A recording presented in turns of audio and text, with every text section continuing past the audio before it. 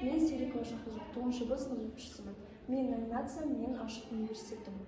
Тақырыбы әлеуметтік теңдік. Мен ашық университеттерім жобаның мақсаты мектеп ата-ана және оқушылар арасындағы тиімді ынтымақтастықты дамыту, оқушылардың әлеуметтік белсенділігін арттыру. Жоба қатысушылары мектеп оқушылары, ата-аналар, мұғалімдер, мектеп парламенті, жас қоғам ұйымы. Сипаттамасы. Бұл жоба ашық университет форматында ұйымдастырылады. Яғни мектеп ішінде әртүрлі бағытта ашық сабақтар, тренингтер, кездесулер және шеберлік сағаттары өткізіледі. Бұл іс-шараларда ата-аналар да қатысып, өз тәжірибесімен бөліседі. Сонымен қатар оқушылар қоғамдағы маңызды мәселелерді талқылап, оны шешуге бағытталған шағын жоспарлар ұсынады. Жобаны жүзеге асыру кезеңдері, дайындық кезеңі, жобаны жоспарлау, қатысушыларды анықтау, тақырыпты бекіту.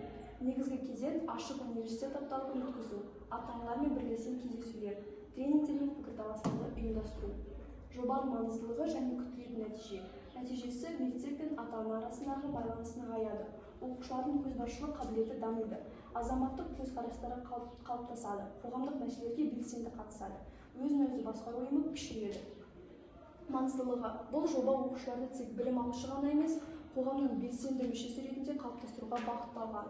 Сонымен қатар ата-аналар мен мектеп арасындағы серіктестік жаңа деңгейге көтеріледі. Назарларыңызға рахмет.